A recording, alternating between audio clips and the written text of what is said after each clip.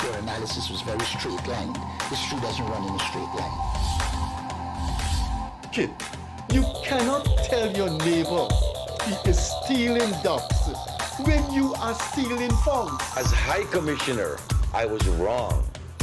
As Charandas Prasad, I reacted naturally how any person would have. I did not come here for that kind of abuse. I did not come here for that kind of abuse. If you're going to go down that road, I'll walk off. But it's all okay once they're talking. If they were talking, I could not have been here today. You got ADHD. I got something. Calm down. I think I've done enough in terms of taking our team out of trouble from losing. Tomorrow, Taylor. That's good. I'm reading the script now, and the first person that comes to my mind to play a detective, Yes, but the an Chinese critic. erratic Mikhail detective, Rodriguez. is Mikhail Rodriguez. Why an African slap an Indian? Why a man and slap a woman? Look, Gildarie, you deal with that. You deal with that. We must encourage platforms like this because it brings together different people and allows for discussions to take place in our country on a multiplicity of fundamental issues. Gildarie, you apologizing for something you think I did is wrong. I don't want you to do that, and you should not have done that.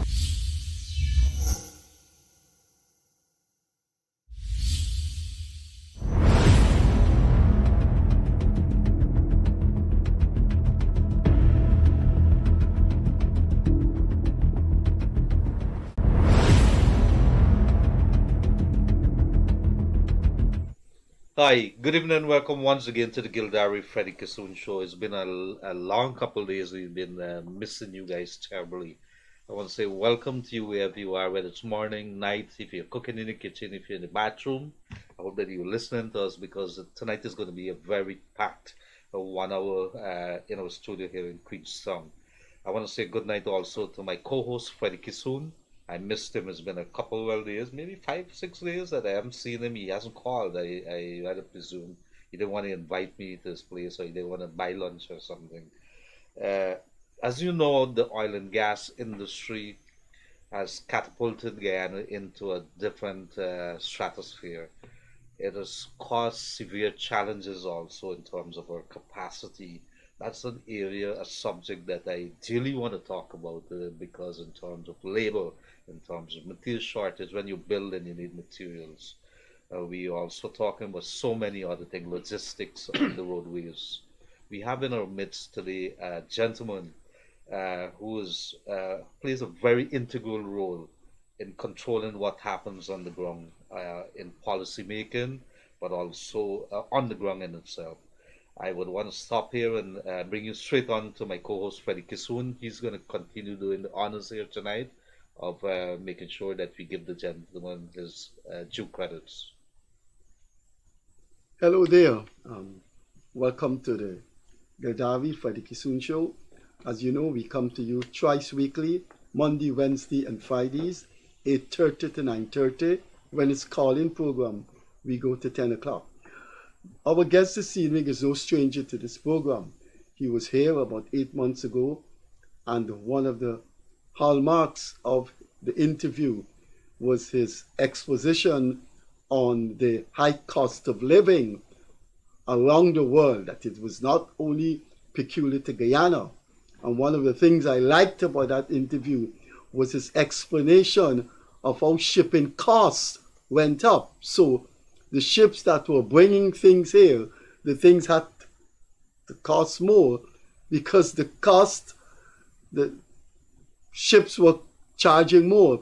Well, let's hope he continues in that vein, although we're going to shift the focus more on oil and gas infrastructure and, well, for my part, maybe Gildarie will deal with that. I would like to talk about politics because I think when the ministers come here, there is this huge expectation that people want to hear about this and that in terms of implementation, and seldom we get time to talk to them about politics. But there are politicians who went in the trenches and got elected. Our guest this evening is Minister of Public Works, the second Minister of Public Works, Deodat Indar. Minister, one of the things I must say from the beginning of this program is that I've always found you to be, a modest guy, amenable to request and what have you. And when I called you, I just know that you would have been generous to us and offer us some of your precious time. With that, I think I have some questions about something I've seen about road construction, but I'll let Gildarie deal with oil and gas, because I think that's the burning topic whenever a minister sits in the studio. Oil and gas, the future of Guyana. Thank you very much. I would probably want to go straight into infrastructure. I know that the minister has been on the ground a lot. I see a lot of Facebook posted. Minister, how big of a problem do we have right now in the country when it comes to the shortages of materials? And when I'm talking material, sand, stone, cement, how big of a problem? Because we have some major infrastructure like the Harbour Bridge, I think the East Bank. Eccles Road. Yeah, the Eccles Roadway. And so many other projects happening, and I live along these banks. I know the jostling that takes place is a nightmare there. How big of a problem do we have in Guyana? So, thank you very much for having me. Again. Sorry. So, when you have growth, as Guyana have, in terms of economic growth, last year we closed off around 60%, 57, 60%. This year, the IMF just upgraded our numbers from 25, we're projecting 25% this year, according to the Minister of Finance speech. But the IMF just upgraded that number, and they say it's going to be around 37.5%. And next year, it's going to be somewhere around 45%. But it changes. It changes because of the fluidity of a lot of the investments, and so it changes. The projection changes, not fixed in stone. Because a GDP no growth, pun intended, not fixed in stone. Yeah, and there's so much of variable in calculating a GDP growth. Changing a variable for the positive carries it up. Nevertheless, in the construction sector, it's not just on the public works side. So public works, our budget for 2023 is 149.5 billion. It's a massive budget. It's actually 38% of the total capital spend of the country. But then we also, that's on public works. Then we have energy, a massive amount of about 43 billion on energy. Then we have agriculture, all of the sluices, all of the farm to market roads, some are built by the agriculture ministry. Then we have health, a lot of hospitals we have built, a lot of health centers. Then we have education with the schools. Then we have in the private sector that is driving demand. Some of the hotels are starting to build. The housing sector, massive amount of work, concrete in terms of the highways that they're building at Diamond there. Then we have the one at Schooner. Right? They're extending from Eccles to Diamond on the back. I actually came from Madia this afternoon. I was in there all day, and I did the plane. They flew over some of the construction site. So all the public works have a lot of these things. The other sectors too are driving demand. Then you have the private sector, who are building homes, who are building warehouses, who are building bonds, who are building all sorts of things. That also has demand attached to it. So when you have the aggregate demand, stone start to be a problem. The sand price started to go up. We had to do something to intervene to bring it down back. Because earthworks on a lot of these highways and on the road construction, if you see the fences, whatever you're doing, the earthworks on the highways and roads and bridges and so on, sometimes the earthworks is a lot. Sometimes, like the highways, I can tell, is a lion's share of the cost. And earthworks involve sand. A lot of sand, loom, right?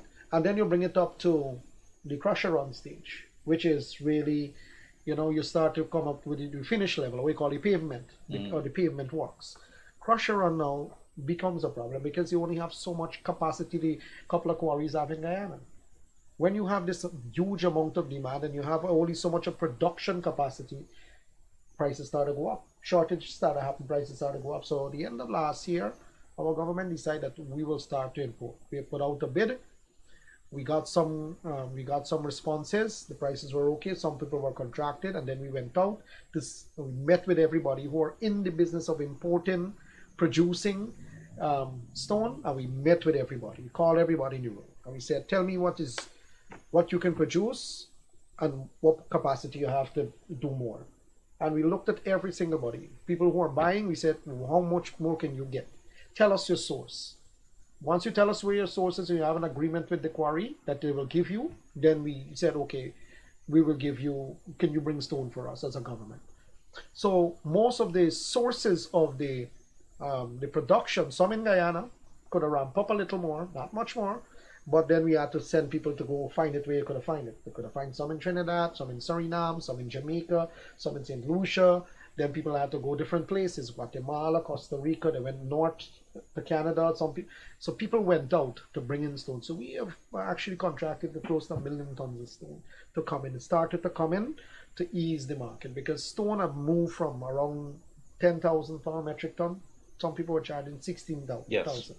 And with that, people who got contracts, if they buy stone at that price, they will lose money. So it hurting the contractors too. And it carrying up costs of construction in the country. So we addressed the problem. Always a problem we addressed, and we are continuously addressing it. Because more contracts come on stream for works to start, more demand comes in. That is just from the public sector spending standpoint. We can't tell people not to build a house. We can't tell people not to, build a warehouse to do the business. We can't tell people not to do these things. So then you have the concrete the mixing plants, the batching plants. They need stone to mix in the concrete. They run out of stone too. So that now is holding up some aspects of the concrete roads that we're doing, because a lot of concrete road we're doing. The highways that housing a building are concrete highways. So the concrete batching plants end up with issues too. So I want to come back to this area here, but Freddie, I know that you want to get some questions with the political side. But I want to come back to the contracts here. But go right ahead. Well, I'll come to the politics later. I'm going to ask a question. Interesting. That I think I know the answer, and I think I know what you're going to say. But I believe our viewers would want to know the answer. Let me preface my question by saying about 3 times we do have call-ins. So about 3 times on this program we had call-ins. And you wouldn't believe it, Minister. Complaints about road construction, Gildarie here, dominated the calls. You're talking about quality. So we were asking the viewers, is there anything else you want to talk about? And it was road construction, the quality, bad contractors. I want to ask you, Minister, because I saw this thing at Turkine where I live. A contractor gets 20,000, 25 million, 40 million to build something. It's a road, it's a bridge, it's a pavement. When this thing is completed, is it a policy or is it a procedure that the Ministry of Public Works sends an engineer, he looks at this thing and he says, yeah, okay. Or he says, no, man, what you doing here, man? And he goes back and reports to you and the minister. Those are some of the complaints we have got from the calling program that the ministry are not, reading the riot act to the contractors. Well, I don't know about that, but I can tell you I was just in Madia and I had some real tough. I actually terminated one of the contracts on the ground for overextending the time. And the second one, he's on a tightrope. The third one as well. And wherever we go in the country, we don't make joke with that. I can tell you, at a policy level, we don't make joke with that. Let me explain now. So when you have a contract for a street in the neighborhood, it is meant for good.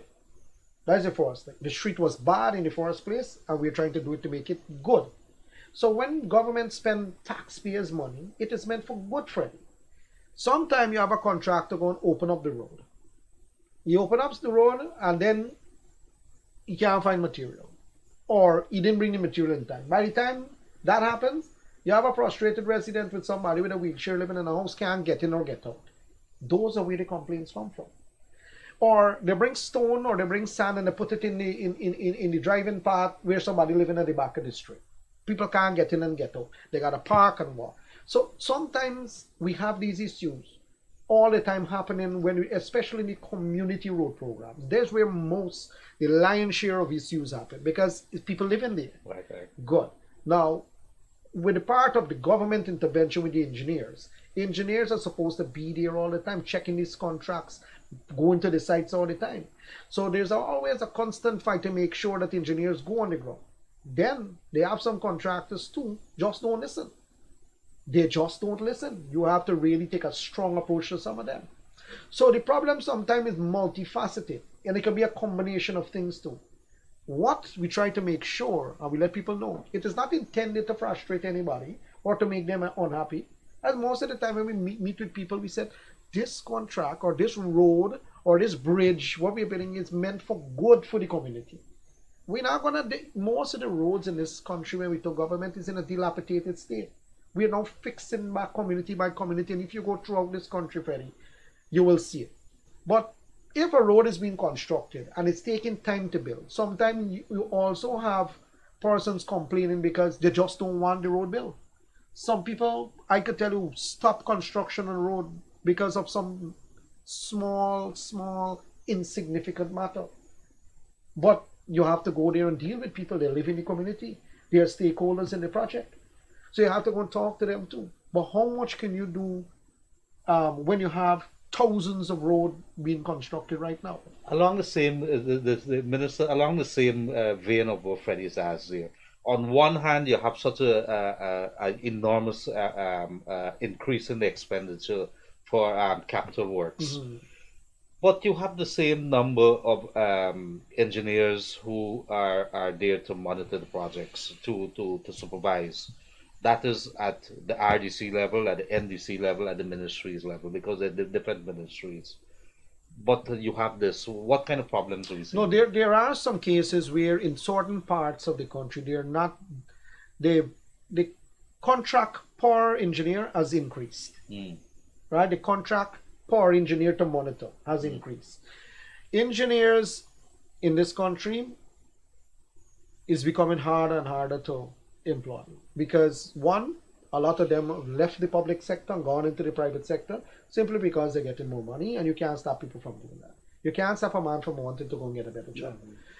The speed at which new engineers are coming out, you can't get a new engineer coming out of a university and put him to design a road. It is difficult. They have to be trained in it, and then they will develop the skill, right? Then you have there's the design engineers, then you have the monitoring engineer, then you have the clerk of works. So the clerk of works can come and they can start them off as a clerk of works, and then you work them up and they get the experience on the ground to know what to do in certain situations. Obviously, they have layers of engineer would assist them in the process too, because they have the engineering supervisor, then you have a head engineer, then you have the head of the department. So you have a different amount of engineers that can help them. But we don't live in a perfect world. Mistakes do happen. But once you find an issue, you got to deal with it. Is when you don't find the issue and you don't deal with it, then is when a serious problem came. I could tell you, yes, Minister, any issue I find, I deal with it as fast as I can. I try to adopt 1 minute management. So as soon as something comes, we deal with it. No, I because sometimes it gets the truth. I know you like that. I have to tell viewers my experience with you. We had the traffic lights where I live, where we're banking at UG, that weren't working for weeks, and it was way confusion. And the one time that I think I had enough, because we were living with it for weeks, is when my daughter came back from studying abroad. And she saw it, and this car came just onto us. And I said, no, this can't go on. And I called you, and believe it or not, this is no exaggeration, or I'm not trying to be nice to you. It was fixed the next day. And I just wish that ministers could be like that. That thing was fixed the next day, and it's been working, railway, embankment, and UG Road since then. All it needed is for someone to contact the minister and for the minister to say, yes, this is my role of getting things fixed. And I haven't thanked you personally for that. And so I use this But you know, Freddie, in all honesty, although it was fixed the next day, That shouldn't be something that even should reach to that level. Your technical people is a whole department of the ministry that deals with traffic lights and so on. Supposed to be monitoring. Yeah, right. And we have a lot of them, right? So they are supposed to go out to deal with that too. But from time to time, like I live in Region 3, Till and Tushan. So we have to drive sometime in the night, sometime an hour take me to get home. So I don't know what to do. I will stay through the window. You see a section of the light working tonight. By the time tomorrow, it's gone. Maybe somebody go in trouble with it, or a fuse is blown, or some truck or some car had an accident, break down one of the poles. All sorts of things happen. But that is what government is. Problems have happened, you gotta address them. But you have to constantly be on the lookout. You always have to have your radar out. In terms of capacity, Minister, back to that question again. If you to say to the Guyanese people that there are a bunch of jobs open in here, that you really don't look only in the oil and gas, but there's a whole bunch of things, engineers, we're looking for contractors, what would you say to the people of Guyana? Well, I can tell you, there are certain strata of jobs that you don't. Big demand. Yeah, you don't. Carpenters. I can tell you, carpenters, Shortage. masons, electrical guys, because a lot of houses are building into the housing sector. People to work on road projects, bridges projects. People to work fabrication, a real trouble. Fabrication is a real trouble. Guyana is a country that you're gonna have a float. It's a part of a floating city right now that produces oil. Everything out there is metal. You need fabricators on shore to develop those things. When they go wrong, you need people to help you. They have a whole lot of ships now coming in. The volume of ships has increased tremendously. You need people to help you with that. All of the buildings are going up. A lot of them, the structures are steel structures. Fabricators, you need them. It's a lot of them. But I can tell you, it goes far beyond that. We have some contractors that are complaining. They're advertising for drivers, and 2 and 3 of them show up. They want 50 drivers and for drive trucks, and they can't get drivers. You ain't getting workers. You're not and I can tell you, in a lot of different sectors of the employment pool is a huge starvation. So we have to address it now. We and the VP said this. I mean, we can't develop this country with the current labor stock of labor that we have. If we are to develop and to be part of the speed and how we are developed to, people need to come. And I can tell you, if you look at some of the models that countries that got it right, a lot of people came into the country and helped build the country, bring skill, train people. You have the training with trainers, you have the hand holding, you have the apprenticeship, you have the cadet programs. All of those help our people to develop a skill. So all of that, we have to look at the collective, as a whole collective of multiple different strategies how people are developed. Like I just came from Region 8 again. Operators for machine. They're saying, we should train people in becoming operators because it's a mining district. You need people to operate machines. Most of the mining district in the areas, they have machines and they operate. Construction, with the number of contractors that are there, more machines from the Macorps and the Doosan's and the Hyundais are selling. Who operating them? One operator can't leave this contract and go to the next contract, and he will buy out of an operator. So you need more, simply because you have more machines to operate. How many people we need in Guyana right now? Sorry, That is Freddie. something I can't tell. I can't You don't answer know. you. We haven't done a study Because every single sector Nicholas has its Boyer own. said 250,000. I wouldn't contest Nicholas Boyer's guesstimate or estimate, but I'm saying to you, I can't point to a study, a proper, study that says we need so much here, so much here, so much here, so much here, and give you a total. But significant. But it's I gonna can be tell a you, number. at an enterprise level, when you talk to the people on the ground, you're having problems with workers. You're willing to tell in leg one, the guy down there was looking for workers. You go some of the sites, construction site, the men them come today, you can't find them back tomorrow. So there is issues in the mining district. People are finding job in construction. Also, the miners now are finding difficult to get people to work in the mining camp. So you're finding this. It's happening at an enterprise level, at a sector level. And when you go down, you hear of the experiences. So there is a general issue about labor shortage. Freddie? Are you happy in interviews like this talking about politics, or you prefer to stick Listen, I'm no holds bar. You ask me what you want, Freddie. Okay. Once I can answer, I'll answer. Okay. I do like to ask the ministers when they come here with politics, because you contested an election, you were in the trenches, you got elected. Yep. I find it, as someone much older than you in Gildarie and someone who spent 26 years teaching at university, I find it unbelievable. And like this thing, if you don't have your psyche intact, it could damage you. I find it unbelievable. I lived all my life in this country with my wife. We saw this country falling down. We never had an economy that was comparable to elsewhere, except in the 50s, when we were higher than Singapore and Malaysia. And to think that there are humans in this country, some outside are Guyanese, that could be asking us, this nation, to stop the investment in fossil fuel. Minister, you travel extensively. Have you ever seen the gymnasium of a 10th grade high school in the US? 10th grade. Our high school here don't have anything like that. QC, Marian Academy, those big schools, School of the Nation, those are our top schools. And they don't have a gymnasium that could match a school that is so run. People don't want to send their children there. Guyanese don't want to send their children there. And people in this middle class people, there's a woman who went, what's her name? Her brother was a minister in the government. Volkan? Minister Volkan. Uh-huh. She went to the OAS and asked the OAS to intervene to stop oil production in Guyana. There was a letter 5 months ago. The whole set of people signed it, including the co-owner of the Starbucks News, Isabella de Caries. People from all over who live well, Percy Hinson, who spent 45 years in California and still in California, asking us, this poor country, to stop investment in fossil fuel because it's damaging the climate.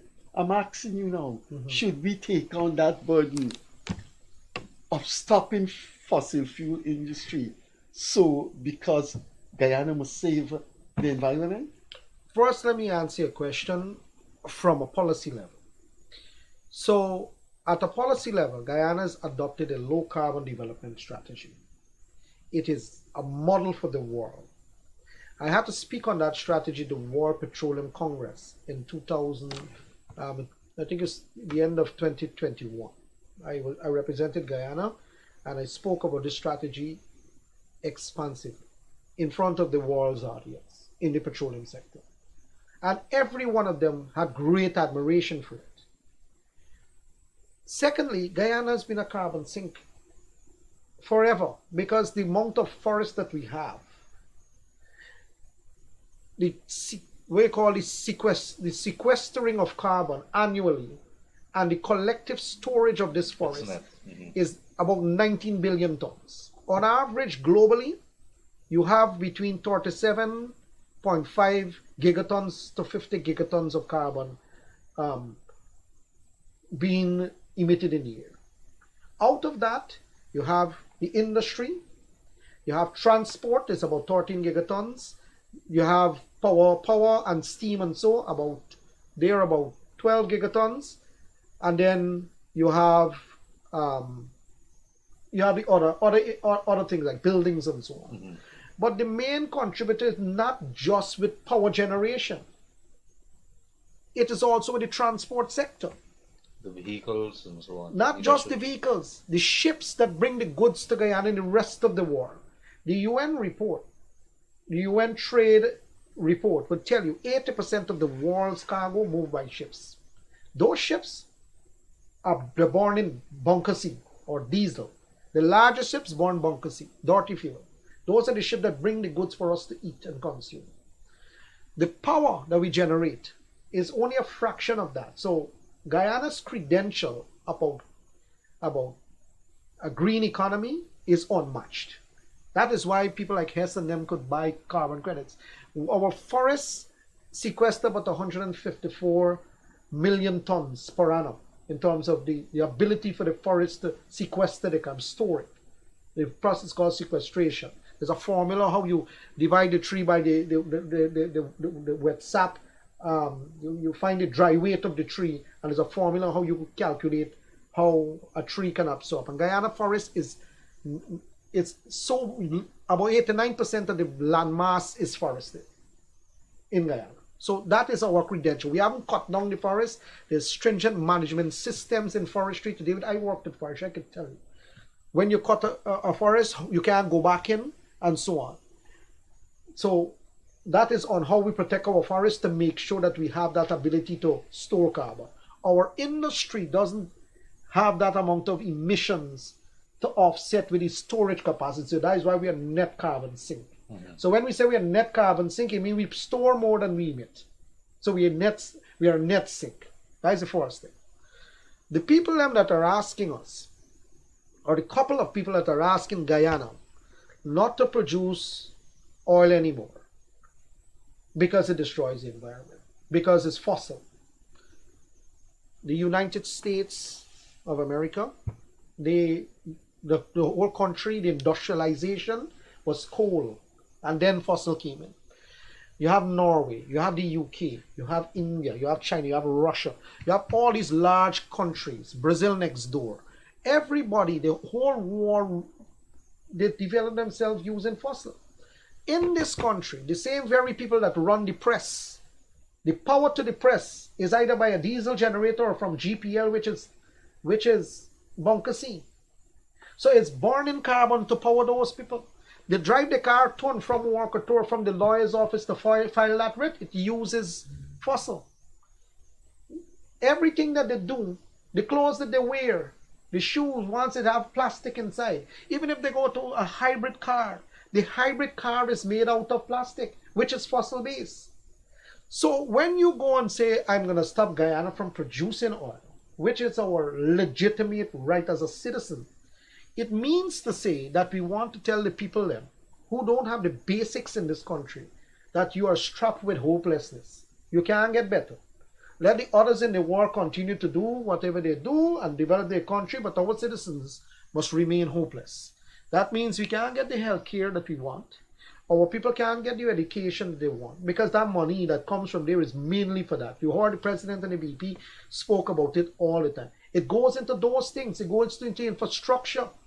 They want to drive on Indian Oil Road and Indian Oil Bridge. They want to stop by the Harbour Bridge all the time and be in traffic for hours. Is it that we want people? Most of this country, the majority of this country, doesn't share that view.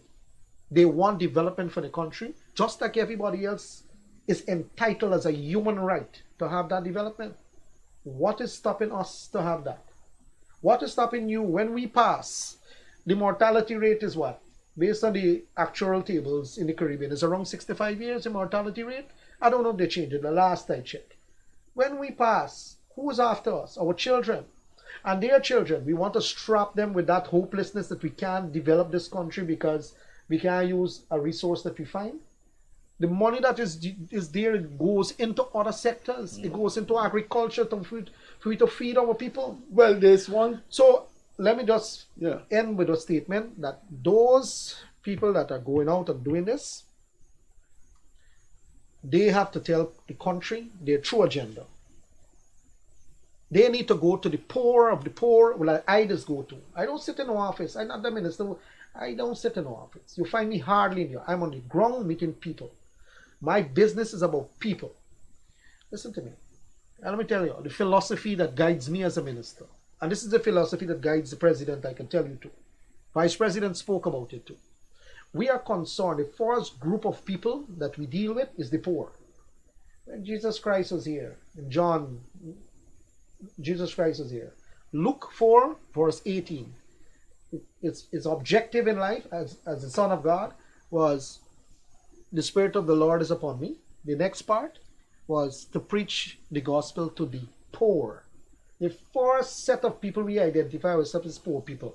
You want to tell them poor people, well, I can't do nothing for you because 2 or 3 people say we should leave the oil in the ground.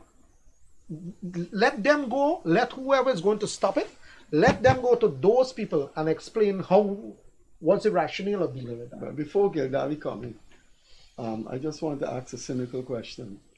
If we're supposed to save the world, who's supposed to save us? Listen to me.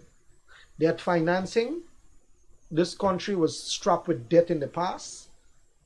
So much of debt that the total revenue of the country could not even pay for the interest on the debt. Not even this, I'm even talking about the size of the debt. The interest on the debt.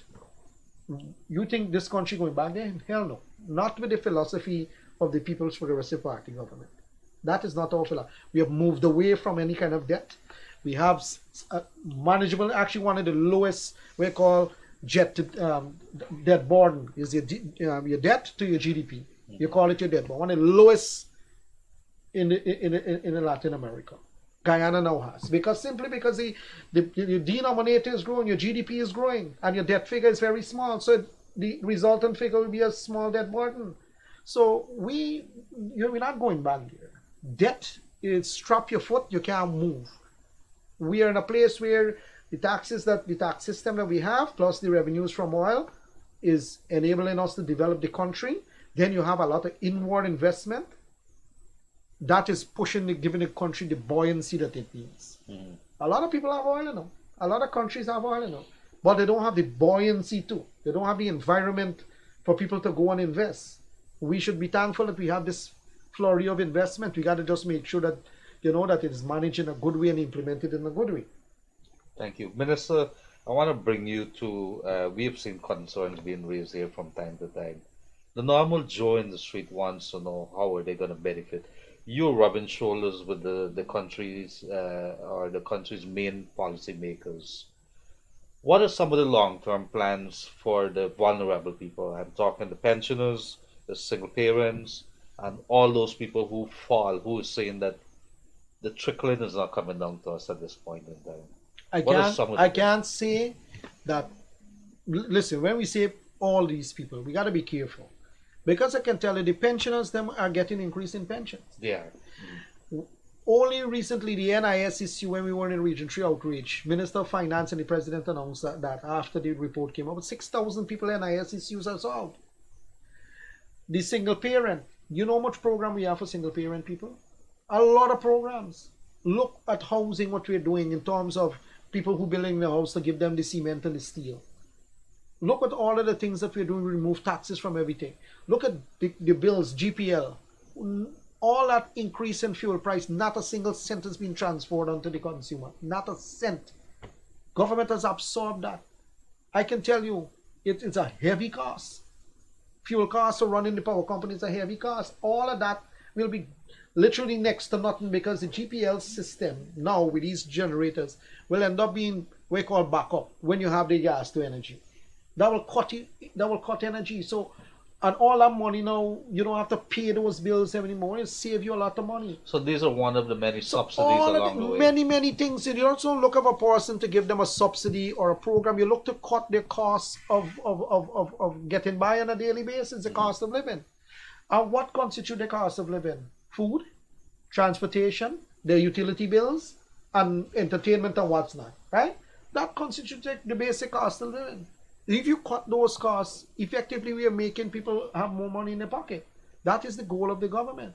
So the vulnerable groups are always the ones I just talked to you about, the poor. The vulnerable groups are always on demand because when you go out, especially when you go out to meet people, like when you go to these outreaches and so most of the persons come.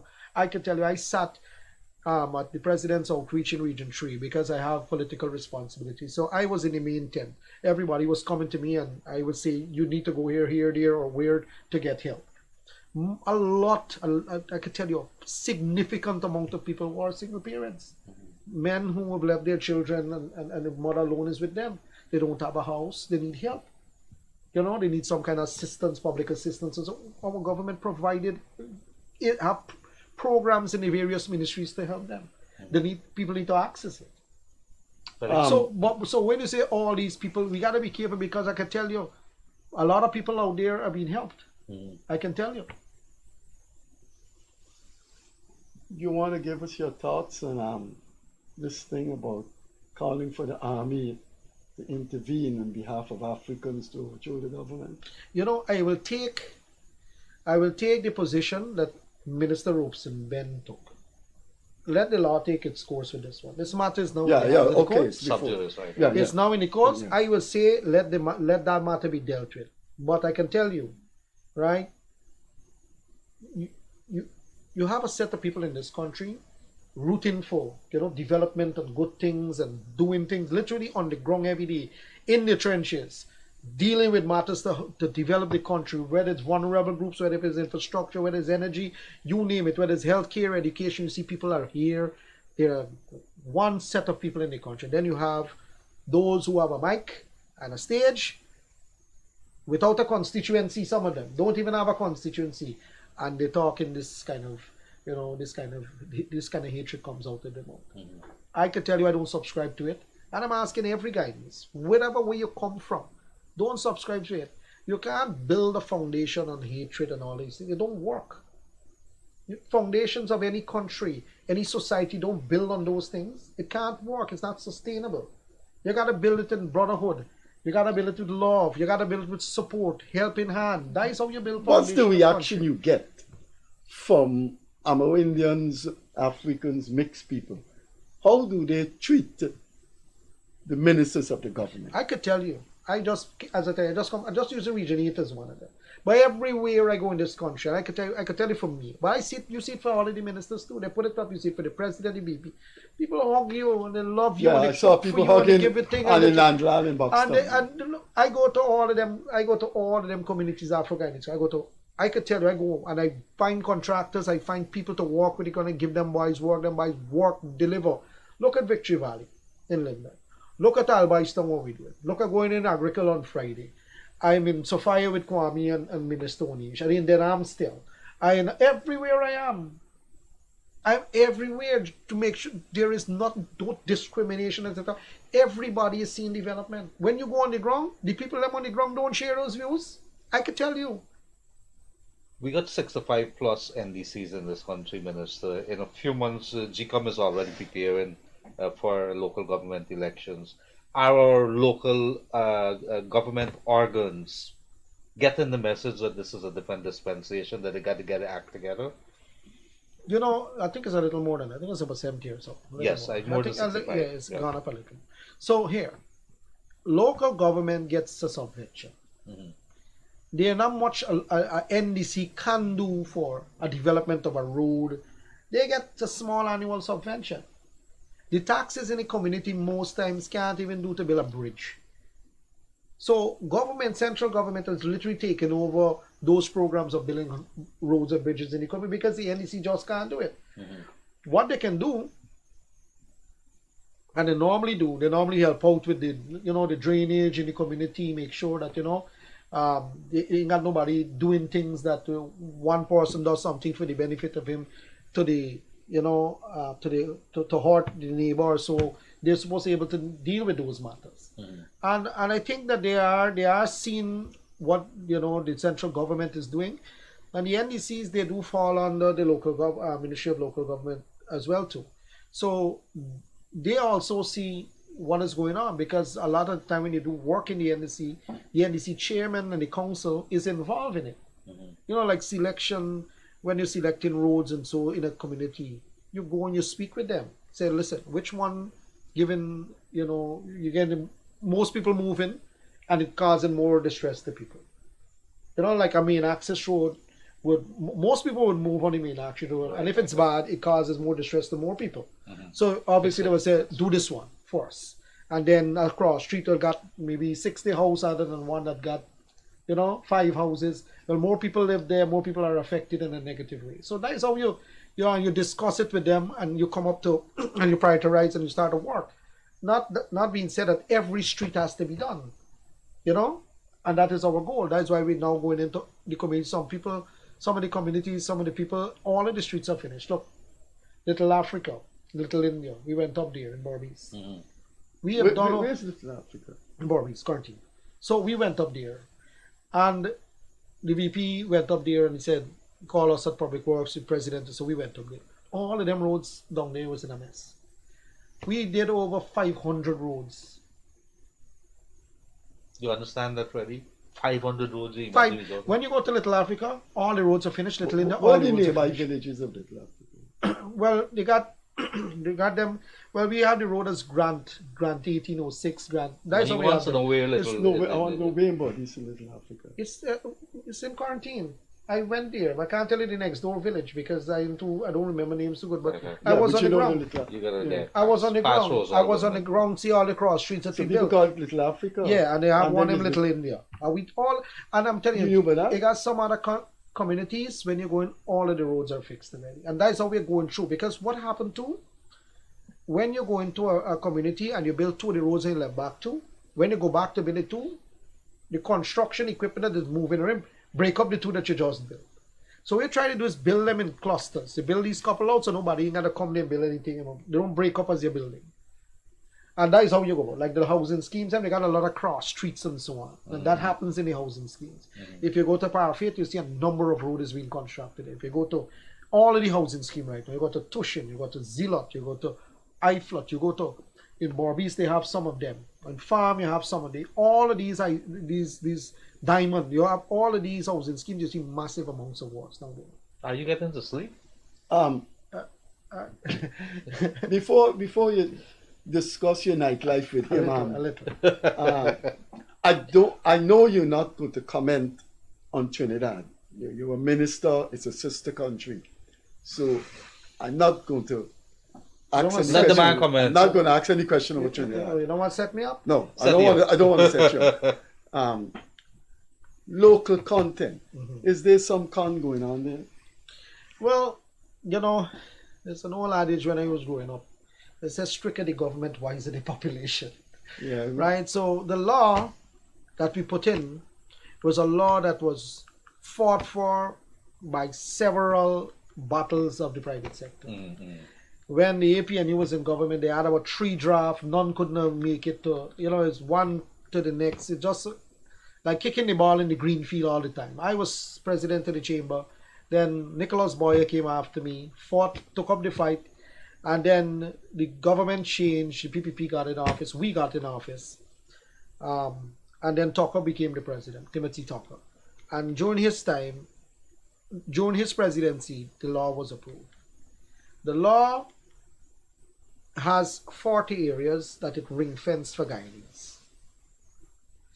Ring-fencing means that Guyanese must have these services. And they are basic services. That as a republic, as a country, as a private sector, we are able to do. That is how our country was run anyhow. We have to do it for local companies, even before oil came into place. Brokerage, renting stuff, janitorial services, food, all of them things, right?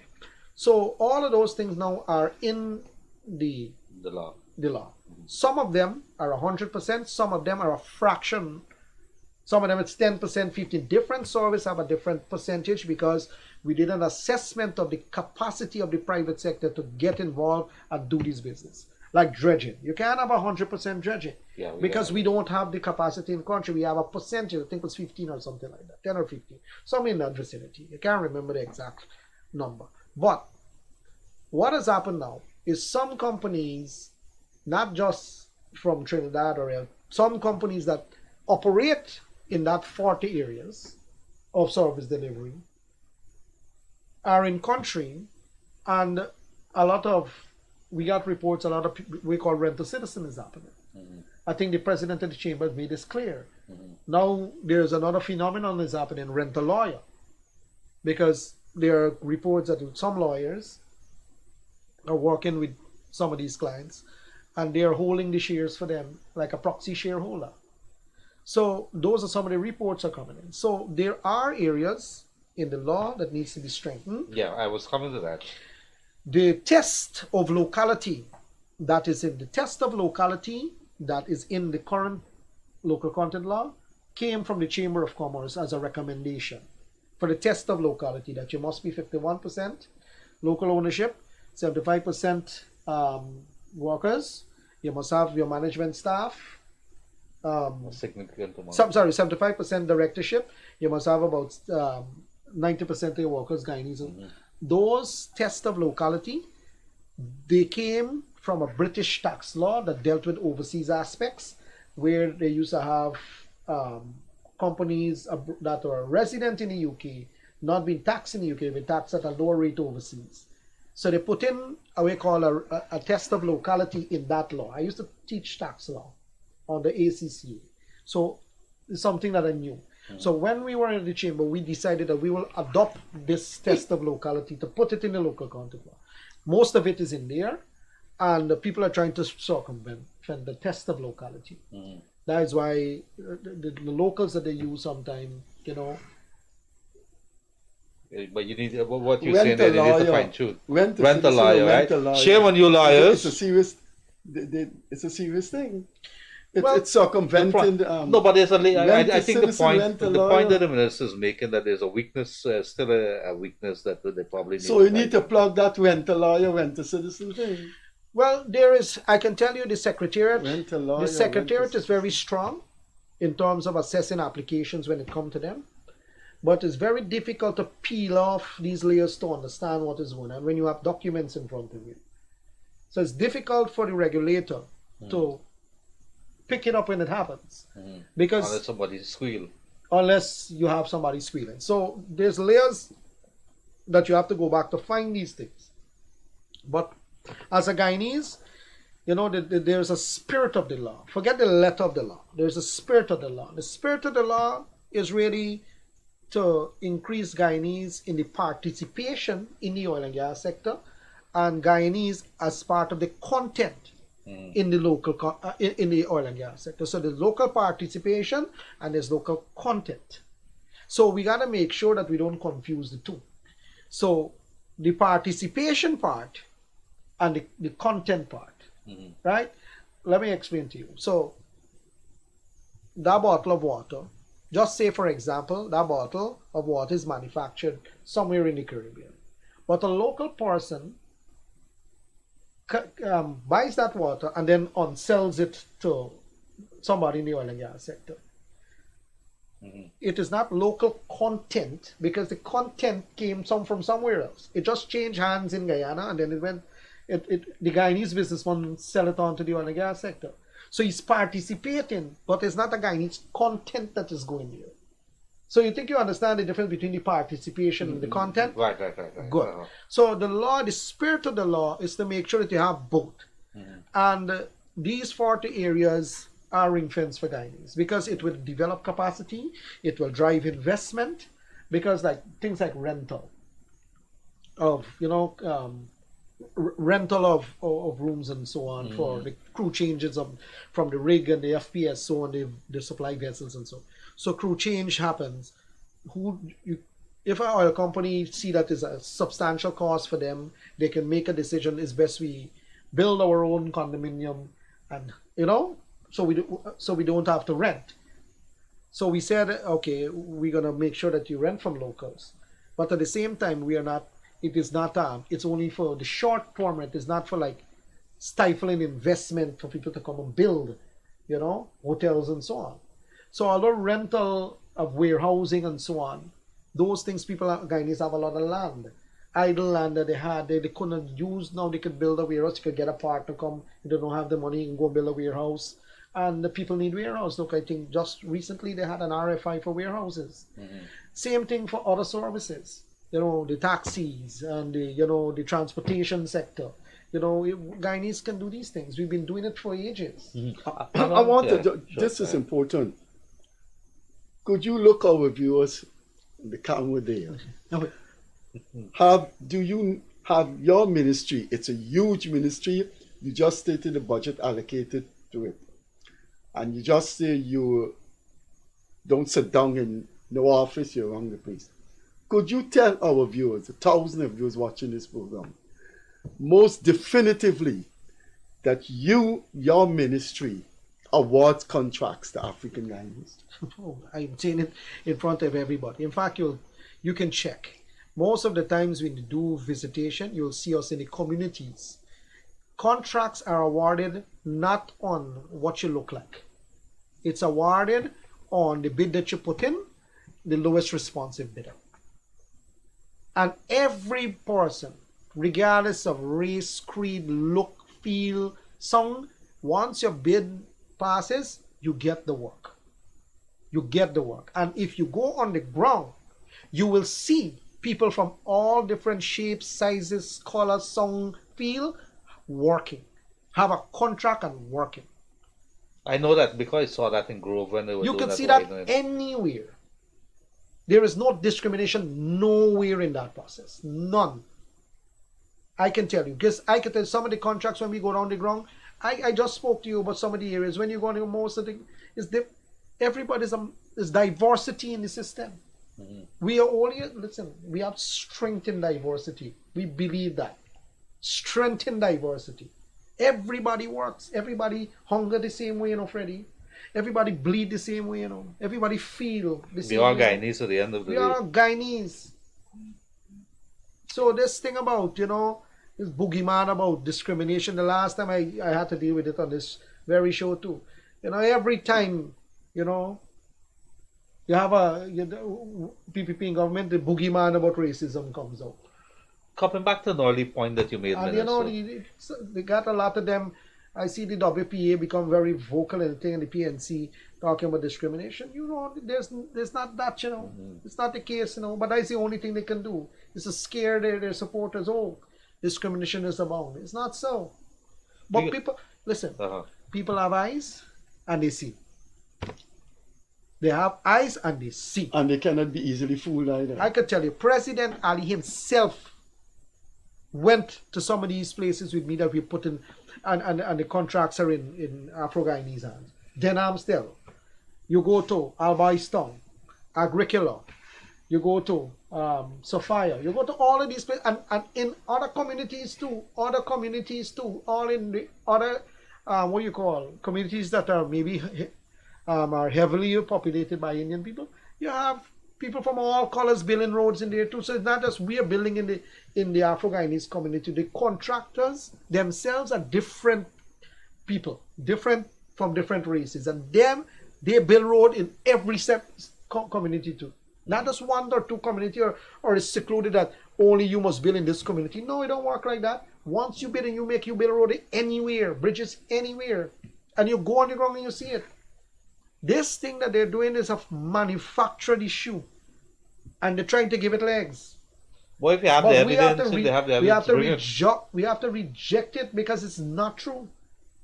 And when you go on the ground, and that is why sometimes when you go on the ground, I just take picture for us of what we found, because sometimes it's going to parliament, some of the opposition go to parliament and say that they did a wonderful job.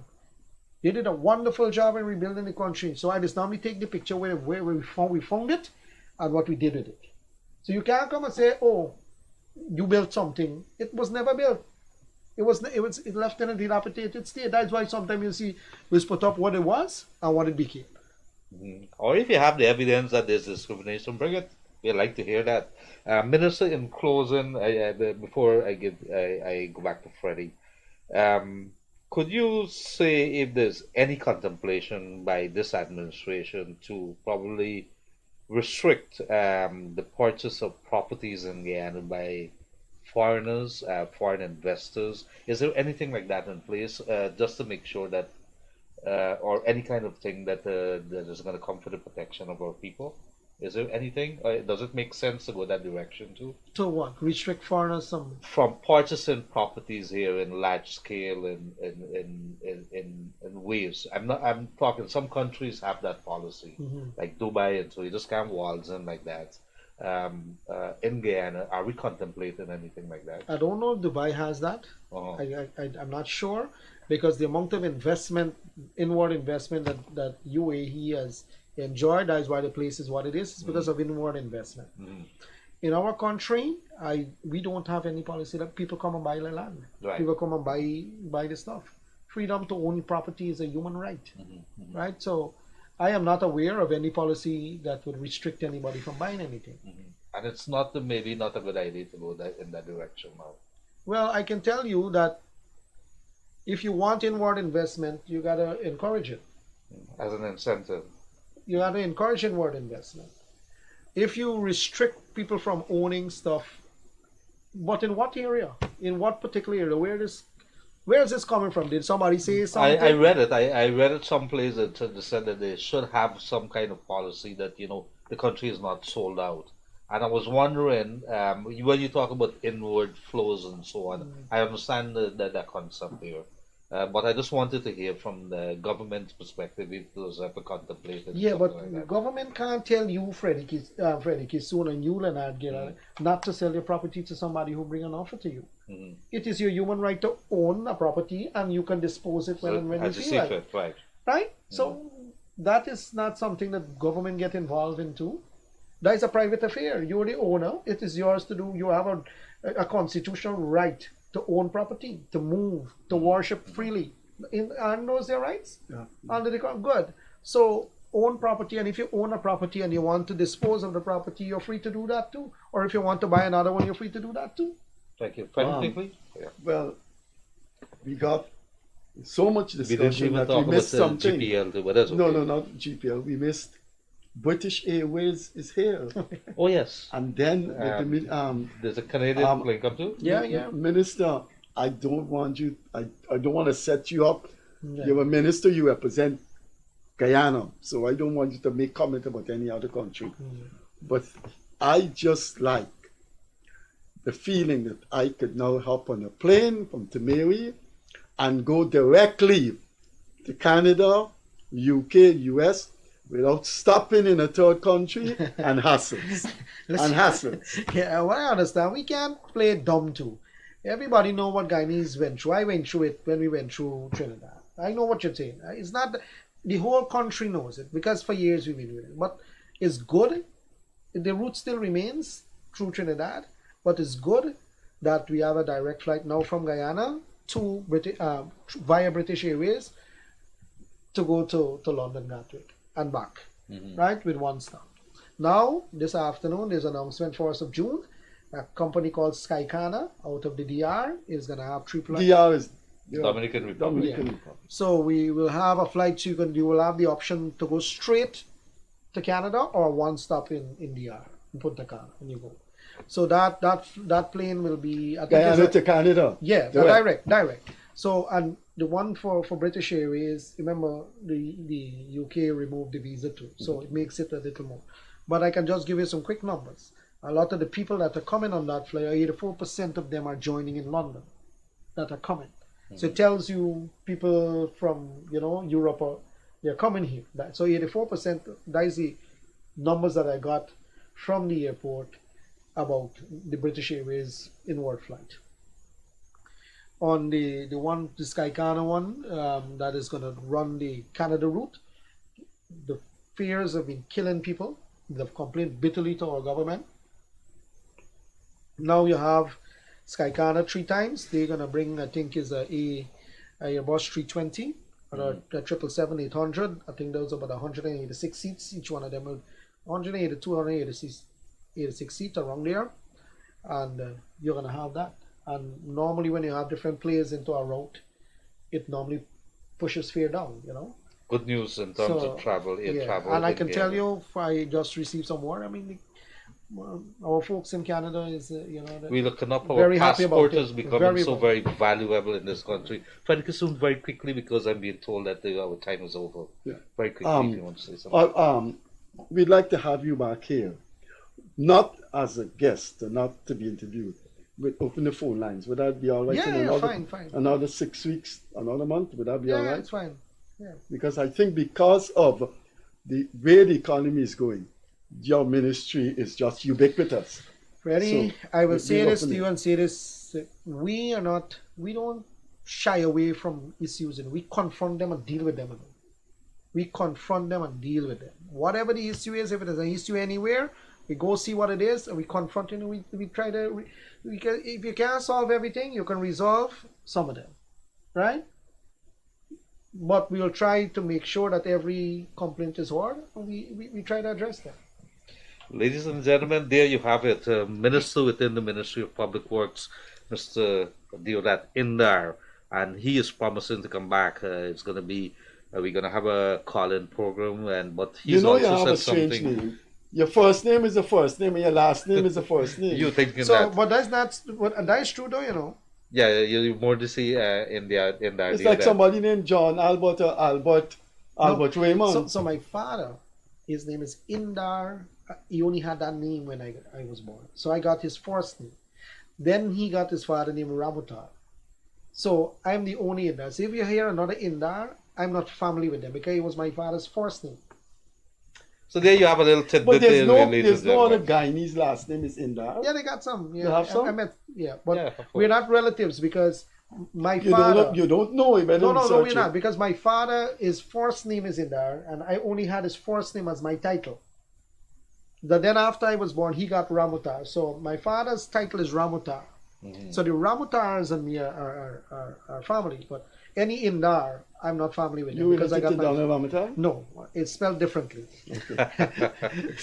It has been a pleasure having you, Minister Deodat Indar, and of course my co-host Freddie Kissoon as always.